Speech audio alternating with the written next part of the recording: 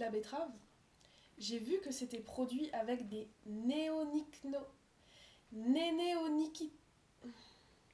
Néonicotinoïdes. Je crois que c'est ça que tu voulais dire. Ouais, enfin, des pesticides quoi.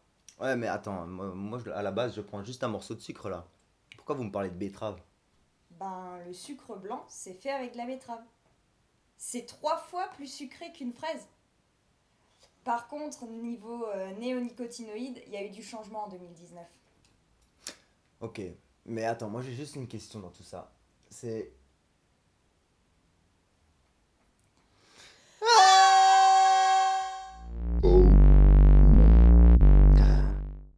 Ok, on se calme.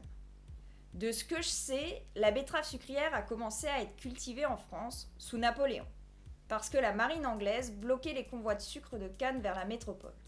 Du coup, un chimiste a expérimenté l'extraction du sucre, de la betterave, et aujourd'hui, c'est toujours encore le même procédé. Avec cette plante, on peut faire du sucre, du carburant et de l'alcool, utilisé par exemple pour la fabrication de parfums ou de gel hydroalcoolique. Mais le sucre est blanc parce qu'il est raffiné. Même pas, il est naturellement blanc contrairement aux autres sucres. Le sucre de la betterave n'a pas besoin d'être affiné. Ok, c'est pas raffiné, mais les pesticides quand même. Tu veux sûrement parler des néonicotinoïdes. Quand je te disais avant, il y a eu du changement. Le problème, c'est le puceron, ou plutôt la jaunisse, qu'il transmet en piquant. Elle peut détruire des récoltes entières.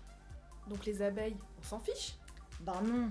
De 1, le produit n'est utilisé que sur la semence, donc ne se volatilise pas dans l'air.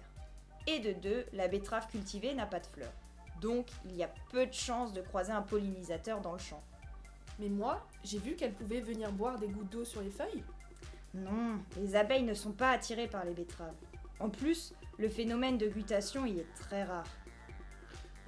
Ok, bon, donc c'est safe de sucrer mon thé. Mais oui, tu peux y aller. En plus, la filière betterave fait des efforts pour l'environnement. Les producteurs sont réunis autour des sucreries pour limiter le transport. La consommation d'énergie pour transformer la betterave en sucre a baissé de 30%. Et les émissions de CO2 des usines ont diminué de 40%. La betterave a encore de belles années devant elle. Ah ouais, t'es extra glucide toi.